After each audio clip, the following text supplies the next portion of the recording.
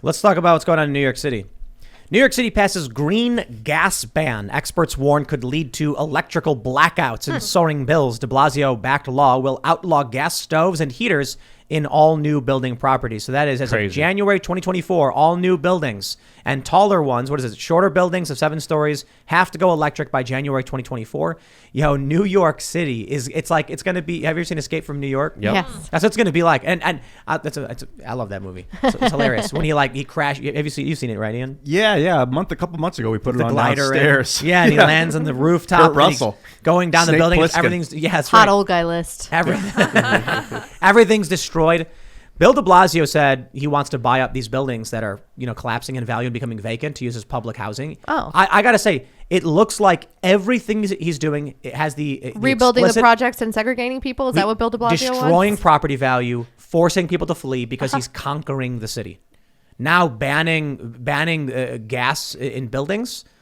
Well, there you go. I mean, look, their vision of a future. Someone had a really, really great tweet. They said the elites, they were referring to space travel, but I think it applies to all of them. They were like, the elites do not want Star Trek. They do not want a Star Trek future. They want a future more like Dune. they want classist, elitist control of everything. That they can annihilate. You know exactly. what? This cooking over an open flame is probably more than a magnitude better than cooking on an electric wire stove where you can't get, when you have a flame, you can pick the pot up and move it around and tilt it to get the heat exactly right where you need it for the food. Ian knows from experience. The quality of food is going to drop in New York after this. I just imagine like all the chefs in the world that are like, you need open flame to cook. What are they going to do? They're going to have torches and they're going to be holding the pan with a torch under it.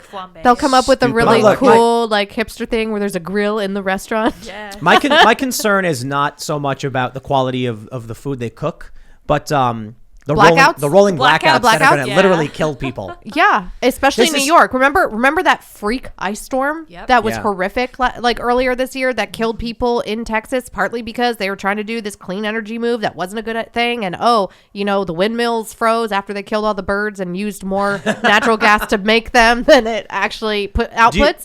New York is freaking miserable. And this is a problem. Do you think that Greta Thunberg knows that her plan would kill millions of people in a matter of weeks? No. When she's like, how dare you? She said, like, we mustn't wait until 2030 or 2023. We must do it now. It's like, if you shut off fossil fuels right now, you'd probably kill 10 million people in a weekend. Easily. Because all the electricity goes out. People who are diabetic, they die instantly because their insulin goes bad. And then within the matter of a couple of weeks, the elderly start dying from a lack of access to heating and cooling. Yep. Oxygen. So I have to give her the benefit of the doubt and assume she just doesn't realize she's talking about genocide. No, she's being fed talking points by the evil environmentalist lobby of the world. There's another discrepancy, though. You talk about how poor people, underprivileged people, have been so negatively hurt by COVID and regulations. Here's something that leftists and radicals don't want to talk about: is the poverty index when it comes to energy and the energy poor in the world, and the best way to raise their future, their educational, their medical, their professional economic growth is to provide these people with the energy that now Bill de Blasio and Gavin Newsom are trying to take away. And private entities are the best way to do this. If you want to have a cleaner planet, let corporations do what they do. The private market has been so much better for creating clean initiatives than the government regulation or bureaucrats or, tax bonuses have ever been. I went to Iceland a couple of years ago, and it's beautiful. It's amazing. So cool. It's expensive a little bit. And what I was told by locals there was that I was like, how is it that people live up here? You know what I mean? It's it's day out until midnight or whatever. It's just survival. Yeah, there's where do you get food from? How do you grow food? So everything smells like farts. Yep. And no, it's true. They have greenhouses. Natural gas. They have greenhouses for growing vegetables. And then what I was told was before the advent of geothermal, they were some of the poorest people in the world. Working in mines, just covered in filth and struggling to survive. But once they got access to cheap, clean energy, their standard of living skyrocketed. Now, it works for them because they live on a gigantic, volcanic hotspot. But for people who are in the middle of, America, we got to ship in oil and gas to them. So they have the ability, they have the energy they can use for farming equipment, for home heating, we shouldn't for cooking. have to when we're sitting on some, but go well, on. I mean areas that don't have access to it, right? Like not every area has you know sitting on oil. Yeah. And so we have pipelines. Yep. So we can ship it to them. So we can say there's a lot here, there's a little here, let's move it around. Yep. And this gives people better quality of life. Now I'm concerned about, you know, climate change and all that stuff too. So I'd love me some fusion. There was a new report I'm really excited about. They finally got energy output from fusion. You see that, Ian? Yeah, but it might have been debunked. Oh, really? I'm gonna look at, oh, that's I'm just sad. a fan. Why you got a black? I'm just a fan of like nuclear energy. Yes. Yeah. Like everybody Right. assumes that Chernobyl is going to happen, and I'm like, guys, no. If you watch the HBO documentary, Yeah. and then Yeah. you actually read a history book, No. you will see that like Chernobyl ain't going to happen. And even with the Japanese plant that had all of the Fukushima. issues, yeah. What was it? Fukushima. Fukushima. Yeah. Fukushima. Fukushima. Okay. Oh. That's how you say it properly. Oh well, and I ain't gonna with say an that American accent, properly. Fukushima. Much like you can't say my name He said properly. I'm never Fukushima. gonna be able to say that. It was not. properly. That was not debunked. They Okay, have good. Oh, Good. cool. made some mega The breakthroughs. issue But with there's so Chernobyl- many. If these people though really cared about forward movement in the absolutely. energy race to be clean, then Nuclear they would energy. be looking into nuclear infusion. The And why problem- don't they? Because look, people don't understand. The problem with Chernobyl was not nuclear power. Yep. It was communism. Exactly, 1,000%. Yeah. That was like the most conservative, pro-capitalistic, like American agenda show I have ever seen come out of Hollywood. When my husband and I watched that show, I was like, did they realize what they were? It's like Squid Games, right? Yeah. Like the writer thinks that it's like a thing about how evil capitalism is. This one really got me too because I said that several times that Squid Game was very clearly about Right. communism. Yes. And all the leftists were like, Tim's so dumb, he doesn't understand Nope. capitalism. Nope. And I said, if it was an allusion to capitalism, when they did the red light, green light, some people would have started at the finish line, some people would have been in the middle, and some people would have been in the back. Yeah. When everyone is put in a jumpsuit and put at the beginning and told, Equalize. run for it. Yep. Yeah, that's communism, Yep. not capitalism. Yep, 1,000%. I do kind of love it though when Hollywood assumes that there's even some things that they've come out with recently that I watch it and I'm like, this is pro-life. Like, Yeah, how they did don't realize somebody like I Am Mother? Did you watch I Am Mother? No. It's a pretty good like sci-fi movie on Netflix, and like I watched it and I'm like, it's I don't want to give it away, but it's like totally Love on the Spectrum. I totally almost cry every episode. Love on the Have you- Spectrum is like about people on the spectrum that are trying to find love and like marriage and happiness, and I'm like, this show is so pro-life sweet. because anyway. Have you seen The Order? No. So this show got canceled. There was only 2 seasons, but so I'll just spoil it because I think it came out like a year ago. Yeah. The villain in the second season. This is like it's a college age show, so it's targeting people who are in their like 18 to 24. Yeah. The villain in the second season is an overt communist. It's overt communists. They go to this this professor's house, and they look at his books. It's like Stalin, Marx, and the show is about a secret society of people of magic, and that in order to cast a spell you have to sacrifice something, so they cut their hands as a sacrifice to like cast a spell. And the communists believe that there is an incantation that will give everyone the ability to freely use magic. And the leader of the order is like, if it were true, don't you think it would have happened by now? People have tried this over and over again. You either pay now or you pay later. And I'm like, man, pro-capitalist Netflix show. Literally, and it's one thing if the villain was like not overtly reading books on Marx. Yeah. And they just said, I believe in equality for magic. But they're literally like, their group was called Praxis. And they're like, Marx, it's good. And they were like, workers unite. And I'm like, man, they just slapped us in the face with this one. I would love to think, I'd not heard about that show, but I would love to think that somewhere in Hollywood is like a pro-capitalist, like conservative that did that on purpose. I think they were experimenting. Just like slipped it in. They got canceled though.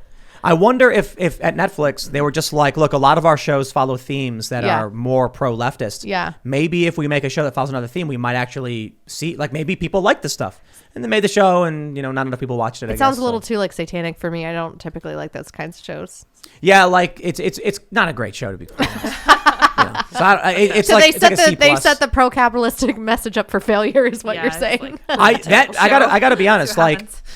I was eye rolling at the overt politics that Yeah. they had injected into it, and I was like, And I don't want that in my entertainment. I just want to be entertained. I wanted the werewolf to fight the wizard. Yeah. You know what I mean? And like, it's a brutal show because like they show people getting their hearts ripped out and stuff like that. Well, most entertainment now is propaganda, and it's hard not to see it shows everywhere. That are propaganda. It's horrible. Yeah, it's awful. Shows. Dang. Ali Stuckey the other day had a thing where she was like posting on her stories, her Insta stories, all of the things that are kind of just subtly in kids shows. And there's this show that my 8-year-old likes to watch, and I walked in and I was like, what? And I could show you a video. I took a video of it and I showed it to my husband, and it's like a man in a sequin jacket with an effeminate voice and like a ton more makeup on than I'm wearing right now, and fabulous fake eyelashes and painted nails. And I was like, hey, to my 8-year-old, I'm like, who's this guy? And she's like, oh, he's just on this episode. He's the bad guy, and he like wants to take over social media. It was like a very like 2021 like trend, right? And she was like, that's the bad guy. Don't worry, Henry Danger is gonna get him, or whatever the show it was. And I was just like, oh my gosh, it's happening. Or you even like the bad guy was effeminate. Yeah, but I'm like, well, at least they acknowledge that, you know, I love it when there's bad ladies on shows. I'm like, you know, women can be evil too, like Kim Jong-un's sister, anyone. But so it's. Have you seen The Boys? No, but I've heard it's really good. I think it's the second season. I don't know, whatever. I haven't seen it in a minute. But one of the characters is literally meant to be, I'm pretty sure, like, I think they were trying to rip off Laura Loomer. Really? So they got this she's like a Nazi like superhero or whatever. And I think it was a leftist's version of the worst. Like, they look at Laura Loomer. For real, watch it. And, you know, Laura, if you had to seeing this, I wonder if she's seen it. Because when I saw that, they announced before the season that they were introducing an alt-right superhero or something like this. And I roll my eyes like, you know, like they're trying so hard to do this. It's so original. I remember Ann Coulter. Like, I feel like there's so many characters. I think it was like Ally McBeal, SVU, like all these, even movies where they would show like the, you know, kind of like CNN type news set that's commenting on what's ever happening in the movie, right? Like, I think even in Day After Tomorrow, there was there's always like the blonde that's making that argument, and they would make her be attractive and thin and tall like Ann Coulter. And it's like, it's visually, that's what that's what they were thinking in the writer's room. I want to make sure I make this point clear too. I am not saying that Laura's a Nazi. I'm saying you have these leftists in Hollywood who get this fake media view of what Laura Loomer is, and then make a character based on this fake version. You know what I mean? I mean, I'm surprised that they haven't done a fake version of like Rogan or Shapiro, or, you know what I mean? It's bound to happen. Probably. There's a new show on Netflix called, was it called Conspiracy Theory? Is that what it is? I forgot the name of it. Oh yeah, I want to watch that. I put it in my faves or whatever. I don't know. I don't remember what it's called. I watched the later episodes, but I'm like, it's filled with propaganda. But there's a one of the characters is a psychic mushroom from Hollow Earth,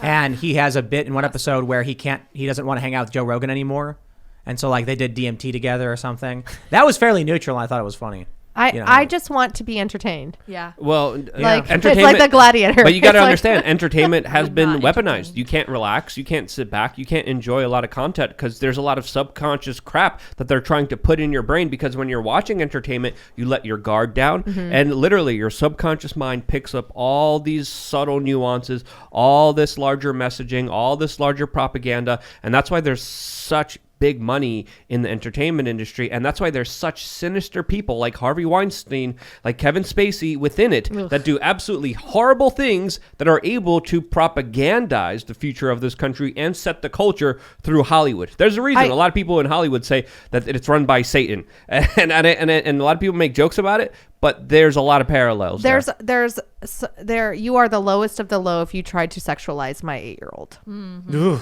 Like, you are the lowest of the low.